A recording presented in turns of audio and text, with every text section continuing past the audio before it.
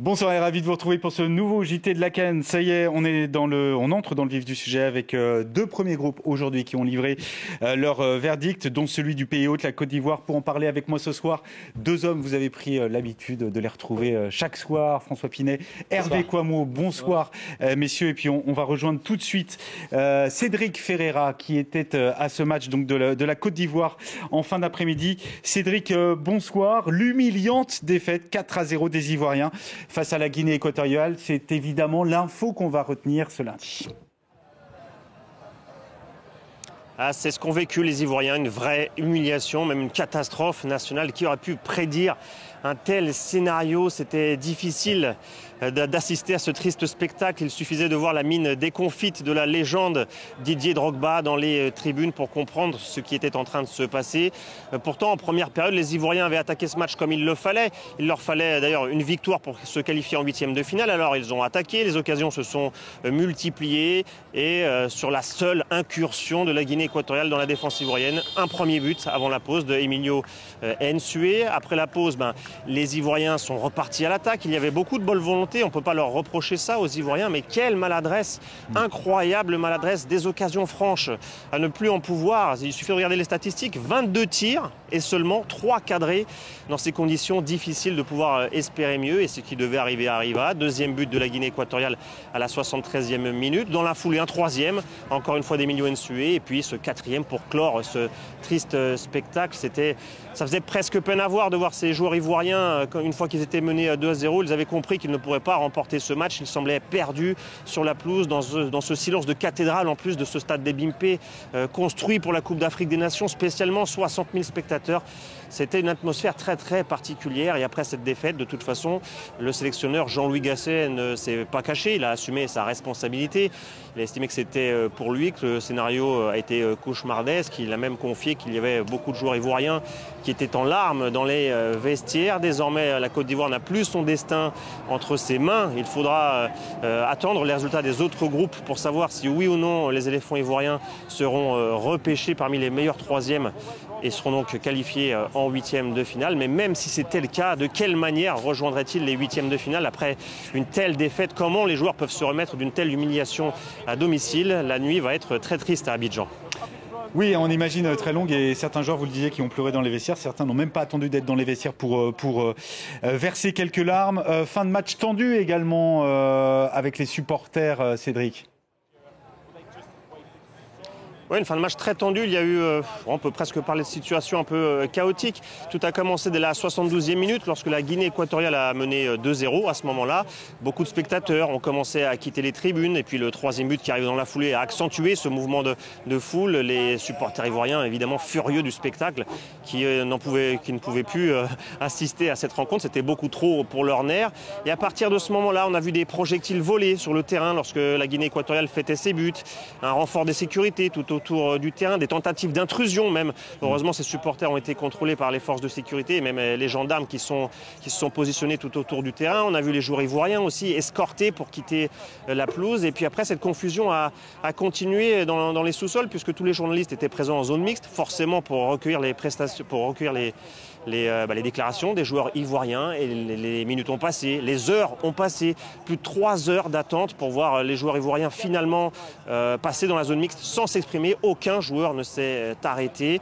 Alors pourquoi une telle attente? Eh bien parce qu'en fait la CAF, les représentants de la CAF sont venus voir les journalistes pour dire qu'ils bloquaient pour l'instant le départ des bus, car en dehors du stade, la situation était confuse. Il y avait quelques actes de tension, de violence. Certains témoins nous ont fait part de gaz lacrymogène tiré par la police. On a vu sur les réseaux sociaux aussi des bus caillassés, et finalement les joueurs des deux équipes ont fini par quitter ce stade, mais il y a eu une certaine confusion quand même. Et d'ailleurs nous avons interrogé un certain de ces supporters qui ont quitté ce stade à la fin de cette humiliation pour la Côte d'Ivoire, et je vous propose de les écouter.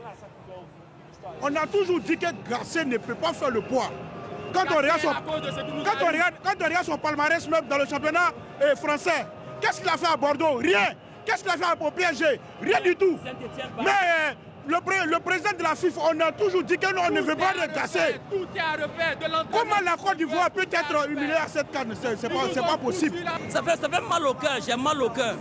Moi, mon problème, c'est l'équipe. le sélectionneur il fait son classement, mais c'est à l'équipe de montrer aussi que non, aux joueurs de montrer que voilà, ils sont capables de montrer ou bien de faire quelque chose. Ce sont tous des professionnels, ils jouent comme on appelle en Europe là-bas. Ou bien l'entraîneur il fait ce qu'il a à faire, mais le reste c'est aux joueurs de faire ce qu'ils peuvent faire. Voilà pour ces supporters très en colère et la cible est toute trouvée. Le sélectionneur Jean-Louis Gasset, on va quand même attendre la fin de cette phase de groupe pour connaître l'avenir de cette Côte d'Ivoire dans sa Coupe d'Afrique des Nations. Merci Cédric, on vous retrouve évidemment demain. Merci pour votre analyse messieurs. On l'a entendu, des supporters très très en colère, des joueurs, le staff également un peu groggy sur cette pelouse, sur le banc, des journalistes également et des téléspectateurs. On était devant notre télé. À peine croyable le spectacle qu'on a vu aujourd'hui à Mpemé. Disons que la difficulté de cette équipe, elle a été surtout mentale. Parce que pour moi, il y a deux rencontres. C'est l'échec mental aujourd'hui des Ivoiriens. Oui, c'est un échec mental. C'est qu'en fait, d'avoir perdu contre le Nigeria, les a mis dans une situation où ils étaient, allez, on va dire, dans l'obligation de gagner. Et ça leur a coupé les jambes. Mais pour moi, il y a deux rencontres dans la rencontre. Il y a jusqu'au moment du but équato-guinéen où la Côte d'Ivoire a le sentiment de maîtrise, 70% de possession de balles. Avec des occasions. Des occasions et plaisantes à avoir joué. Et ensuite, dès qu'ils prennent le but, déjà un but, on se demande comment est-ce qu'on a pu pénétrer à ce point de la défense. La défense apathique. Et puis totalement apathique, vraiment un laxisme défensif. Et à partir de ce moment, ils ne reviennent pas. Et ils ne sont pas aidés par les 2 buts refusés par la VAR. Et une fois que le deuxième... Justement refusé, hein. Oui, justement oui, refusé. Justement refusé. Mais une fois que le deuxième but est arrivé, là, il n'y avait plus personne. Moi, c'est vrai que, paradoxalement, je trouve qu'on avait quand même vu, lors du premier match, une équipe de Côte d'Ivoire qui s'est imposée, mais qui avait montré quelques lacunes. Le deuxième match a été raté complètement, tu le disais, contre le Nigeria. Et j'ai trouvé qu'on a vu quand même des bonnes qualités de la Côte d'Ivoire. Alors, c'est vrai, quand on regarde le score, le 4-0, on se dit, effectivement, ils sont passés à côté. Pas vraiment. Et je trouve que même après le but encaissé en première période, je trouve que le retour au vestiaire a été pas mal pour les Ivoiriens. Ils ont été plutôt bons à l'image d'un Sangaré. Non, mais avec une réussite exceptionnelle quand même des Équato-Guinéens. D'efficacité donnée par la Guinée équatoriale. Efficacité devant, on l'a vu avec Nsoué, le joueur de 34 ans, qu'on est à 5 buts maintenant dans la compétition. Et puis efficacité aussi avec un gardien. C'est ce qui manque à cette équipe de Côte d'Ivoire. Et c'est là où peut-être qu'on peut déjà, même si faut attendre, en effet, commencer à se poser des questions sur Jean-Louis Gasset. Le cas de il avait fait des choix forts quand même, François, en titularisant Pépé, en titularisant également Diakité, qui était très actif, notamment en première période. C'est vrai, mais par exemple, il n'y a pas d'avancante, il n'y a pas de buteur. Pas assez de malice peut-être pour Pépé sur ce... Oui, il doit tomber, sur cette action. Mais après, je trouve qu'il y a une question aussi, pourquoi avoir pris Haller, qui pour l'instant n'a pas pu jouer de match, blessé à la cheville. Et c'est un attaquant, un avançante qui manque à cette équipe. En face, il y a Nsoué qui marque les buts, qui marque les buts quand il faut. Là, il n'y a pas eu de réussite. C'est vrai qu'il manquait un avançant. Kouamé, il a une énorme occasion à un moment donné face au gardien. Il a une énorme occasion, et Pépé aussi. En fait, c'est vrai qu'il manquait un avançant dans la surface de réparation, mais Haller était insuffisamment rétabli. Et je sais que je le disais hier, de penser qu'il allait apporter une solution, c'était la preuve qu'on était en difficulté côté ivoirien. Mais c'est vrai que le but leur a coupé les jambes. Et je pense le deuxième but refusé, celui refusé à Crasso, pour un hors-jeu qui existe, là je pense que ça a été vraiment le coup de trop. Et après, comme ils ont, la chanson populaire là-bas, le coup de marteau, c'est arrivé sur ce contre, là encore inexcusable, où ils se retrouvent en situation de supériorité numérique dans le camp adverse. Oui, parce que tu peux te dire qu'effectivement, il vaut mieux éviter de prendre une valise, parce qu'ensuite, ça va compter. Parce que ça va compter pour les meilleurs troisièmes. C'est important, donc prendre ce 4-0, il ne faudrait pas qu'il regrette le 3e ou 4e but inscrit par la Guinée équatoriale. Cédric, il l'évoquait dans son direct. Si ça passe quand même pour la Côte d'Ivoire, il y a quand même des scénarios qui permettraient donc aux Ivoiriens, malgré cette humiliante défaite aujourd'hui face à la Guinée équatoriale, si ça passe quand même pour les éléphants, dans quel état d'esprit ils vont se retrouver ? En fait, comme je le disais, tout est mental. Je dirais qu'une autre sélection se dirait... On est passé à côté du plus grand des trous, donc en fait, on n'a plus rien à perdre. Et donc, dans ce cas-là, ils peuvent arriver libérés. Mais est-ce qu'en se qualifiant, ils arriveraient à transcender la pression qui pèse sur eux? Parce que je ne sais pas pour dénigrer l'équipe équato-guinéenne qui finalement est bonne, puisque on a pensé que le Nigeria avait fait un mauvais résultat lors de la première rencontre, mais en réalité, c'est que l'équipe équato-guinéenne a une forme d'efficacité, de continuité, et elle confirme aussi ces résultats. Elle va très vite vers l'avant, donc il y a un vrai projet de jeu. Mais là, il faudrait savoir si les Ivoiriens sont capables justement de se repenser, de se dire voilà. Après, il y a l'effet miracle. L'effet miracle, on est miraculeusement qualifié, si c'est le cas, pour la suite de la compétition. Après un 4-0, on ne sait jamais. Il y a des joueurs qui peuvent se révéler aussi peut-être dans cette deuxième partie. Effectivement, là pour l'instant, ils sont. C'est là où on va voir les hommes dans le vestiaire. Et on comprend qu'effectivement, c'est compliqué. Moi, je trouve par exemple le milieu de terrain qu'on avait présenté à juste titre comme un des milieux de terrain les plus sur le papier les plus beaux, Kessié, Sangaré, Fofana, je trouve qu'ils sont décevants depuis le début de la compétition. Kessié qui est très absent, moi, je trouve. Capitaine, absent depuis 3 matchs. Et puis sur le plan mental, effectivement, parce que quand on voit la réaction de Gasset après le deuxième but, ce coup franc, on le voit se décomposer. C'est vrai qu'après, lui-même, il fait des changements. Il a du mal à le croire, on a l'impression. Il est désemparé. Il est désemparé. Puis après, il fait rentrer tellement d'attaquants que je crois qu'à la fin, il a essayé beaucoup de choses. Il termine à 2 défenseurs. Il a essayé beaucoup de choses, et notamment offensivement. Et pour l'instant, il n'y a rien qui... Mais c'est ce qu'on va sans doute lui reprocher aussi, d'essayer trop. Pourquoi pas avoir essayé avant? Alors après, c'est vrai qu'il y a le cas Allaire qui interroge. Voilà, par exemple. Et Crasso qui a joué, il a fait une bonne mi-temps lors du premier match, mais il était transparent contre le Nigeria. Donc on change. Mais là, on voit que Kwame, pour l'instant, c'est pas ça non plus en attaque.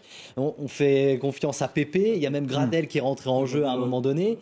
Il faut absolument que Allaire, si ça passe, et Adingra aussi, qu'on a vu quelques minutes, puisse justement faire jouer la concurrence dans cette équipe de Côte d'Ivoire pour rebooster un petit peu tout le monde. Alors c'est donc la Guinée équatoriale qui se qualifie en tête de ce groupe devant le Nigeria qui s'est imposé sur le plus petit des scores face à la Guinée-Bissau, des Nigérians fidèles à leurs habitudes. 15 qualifications de suite pour la phase d'élimination. Fidèles à leurs habitudes, flamboyant. Sauf que quand même, ce qu'il faut noter, c'est qu'on avait prédit, on avait dit en tout cas avant cette CAN que le Nigeria avait des forces offensives et notamment Osimhen, mais que défensivement c'était compliqué. Ça fait 2 clean sheets quand même pour le Nigeria en 2 rencontres. Et puis Osimhen il vendange. Et Osimhen vendange pas mal et il l'a encore fait aujourd'hui, c'est vrai. Et le gardien est pas mal, c'est un gardien qui a seulement 5 sélections. Donc ils ont changé de gardien juste avant la compétition. Et le gardien se révèle aussi aux yeux de l'Afrique. Donc finalement, ils arrivent à trouver une stabilité défensive. Ils sont moins performants offensivement qu'on pouvait l'attendre. Mais c'est une équipe qui est au rendez-vous des 8e de finale et dont il faudra se méfier, évidemment. Évidemment, les Super Eagles, quadruple vainqueurs de la Coupe d'Afrique des Nations, triple vainqueur. Moi, je pensais à JJ Okocha quand je voyais ce match parce que ça manque quand même un petit peu de folie au milieu de terrain. Là. Vous aimez bien JJ Okocha. Autre dénouement, le groupe B qui a lui aussi livré son verdict ce soir. Alors là, c'était une fin de match complètement folle sur les terrains et dans la rédaction, je peux vous le dire. L'Égypte qui partage les points face au Cap-Vert de partout, sans Mohamed Salah, le joueur de Liverpool qui est blessé, peut-être jusqu'à la fin de la compétition. On verra, il était en tribune en tout cas ce soir pour assister à la prestation de son équipe des Pharaons, loin d'être maître de leur sujet encore une fois dans cette CAN, mais ça passe finalement. Ça passe. Et cette fois-ci, c'est l'inverse. Parce qu'ils ont mené et ils se sont fait rattraper, rejoindre dans les derniers arrêts de jeu. Mais font une belle équipe capverdienne qui mérite largement sa première place. Une équipe capverdienne qui avait fait tourner en plus. Il y avait pas mal de changements par rapport aux 2 autres. Qui est assez sûre d'elle, je trouve, dans les relances, qui est très propre et qui panique absolument pas. Ils ne paniquent pas, ils restent bloc bas. Mais par contre, quand ils sortent, ça va très vite. Ça va très vite sur les côtés. Ça se projette très vite. Non, franchement, une belle équipe capverdienne. Cap-Vert qui confirme aussi finalement. Oui, finalement, en dehors de, je crois, 2015, chaque fois qu'ils arrivent, ils sortent des poules. Et depuis leur première qualification en 2013, ils sortent des poules. Donc, il faudra se méfier maintenant de cette équipe égyptienne qui forcément est passée avec 3 matchs nuls. Vos favoris en début de compétition. Ah oui, mais ils sont toujours là. Oui, ils sont toujours là. Et on sait que c'est une nouvelle compétition qui démarre, évidemment, à partir des 8e de finale. On sait d'ailleurs, les Égyptiens, ils s'en sont sortis face au Mozambique avec un but de Salah à la dernière minute. Ils s'en sortent également lors du dernier match un peu miraculeusement. Et là, c'est la même chose. Et vous savez ce qui les qualifie ? C'est une erreur du gardien du Ghana, qui normalement doit laisser sortir une frappe anodine du Mozambique. Le Ghana, on va en parler, c'est une fin de match aussi complètement incroyable. Folle. Il y a 2-1 pour le Ghana à ce moment-là. Ouais. Il doit laisser sortir ce ballon, sauf qu'il la touche du bout des doigts. Alors il dit non, je ne l'ai pas touché, mais tout le monde l'a vu. Corner et but du Mozambique. Ce qui fait que l'Égypte est qualifiée ce soir grâce à cette main, une main de Dieu avec finalement. 3 points, il y avait quand même une chance qu'elle se qualifie dans le troisième. Mais là, au moins, ils sont sûrs d'être qualifiés. Je me demande si c'est pas le pire deuxième de l'histoire, parce qu'à 3 points, il faudrait aller chercher. Ce qui va être intéressant maintenant pour l'Égypte, c'est la gestion de Salah. Parce que Salah, on entend dire qu'il va aller se faire soigner en Angleterre, que peut-être qu'il en a plus que pour le reste de la compétition, donc il ne reviendra peut-être jamais. Certains parlent de 25 jours. Il faut que, à mon avis, ça soit très vite réglé dans le vestiaire, que très rapidement on sache si Salah va pouvoir revenir ou non, parce qu'il faut quand même qu'il joue libéré. Et si jamais il revient, il peut pas revenir, que la blessure est trop longue, est-ce qu'il faut qu'il parte ? Non, ça peut être un soutien, on l'a vu là. En tout cas, il faut clarifier cette situation sportive. Et je pense que, à mon avis, s'il est blessé, il partira. S'il ne peut pas revenir, il partira, puisqu'on est en pleine saison, il ira se soigner à Liverpool. Mais c'est vrai que il peut revenir pour un match, pour la finale, s'ils sont qualifiés. C'est vrai que c'est toujours un boost. Aujourd'hui, on le voyait bien, très, très concerné par le match. Donc oui, ça peut être un boost, mais il vaut mieux clarifier. Ils peuvent le faire pour lui aussi. Il n'a jamais gagné la compétition, donc peut-être qu'il peut y avoir cet esprit-là chez ses coéquipiers. Voilà, il y a évidemment beaucoup de lacunes dans cette équipe égyptienne, mais il y a aussi du courage. On l'a vu, du courage et il lâche rien. À encaisser autant de buts, ça fait 2 buts par match. C'est pas habituel chez cette équipe. Mais on se rappelle de leur phase de groupe qui avait été très très laborieuse également au Cameroun. Vous avez vendu la mèche un petit peu, François. Désolé, mais ça fait partie quand même du scénario de l'histoire de la soirée. Effectivement, le Ghana qui a lui aussi partagé les points ce soir face au Mozambique. 2 pénaltys donc côté ghanéen transformés par Jordan Ayew. Il menait tranquillement les Black Stars 2-0. Qui offre un pénalty au Mozambique. Voilà. Aussi, donc les frères Ayew, vraiment, ils étaient au cœur du jeu ce soir et finalement ils partagent les points et ils se retrouvent donc 3e et absolument pas sûr de se qualifier. Avec 2 points, ça risque d'être très très compliqué. Il risque de faire partie des 2 pires 3e et donc éliminés. Ça fait les affaires de la Côte d'Ivoire. D'ailleurs, si les supporters ivoiriens nous regardent, je pense que ce soir, ils sont contents. Les supporters ivoiriens et l'équipe de Jean-Louis Gasset, le staff, ils vont regarder tous les matchs. D'ailleurs, on a vu quelques supporters ivoiriens dans les tribunes lors de ce match Ghana-Mozambique qui dansaient à l'issue de ce résultat donc complètement fou avec ce but à la dernière minute du Mozambique qui permet à la Côte d'Ivoire de vraiment avoir une chance, en tout cas, ils en éliminent déjà chance d'être il faudra en éliminer en 8e parmi les meilleurs 3e. Moi, je vais vous le dire, j'y crois aux chances ivoiriennes de se qualifier et de ne pas revivre le même scénario de 84, de cette CAN qu'ils avaient organisée à domicile. Nous l'espérons tous, parce qu'une Coupe d'Afrique des Nations sans le pays organisateur, ce n'est plus la même chose. Alors, les meilleurs 3e, les meilleurs 3e, on va regarder si on peut en régie lancer ce tableau des meilleurs 3e actuellement dans cette Coupe d'Afrique des Nations. La Côte d'Ivoire, le Ghana qui ont la Namibie au-dessus. La Namibie, qu'elle a 3 points. Effectivement, la Namibie a 3 points. Donc voilà, les 2 équipes qui ont joué 3 matchs, ce sont bien sûr la Côte d'Ivoire et le Ghana. La Namibie qui est au-dessus du Ghana, l'Algérie, la Zambie et le Cameroun. On sera attentif évidemment à tous ces matchs. La Zambie qui défiera le Maroc, la Namibie qui sera elle face au Mali. Merci à tous de nous avoir suivis. Soirée très dense et c'est une journée très dense qui nous attend à nouveau mardi, on l'espère.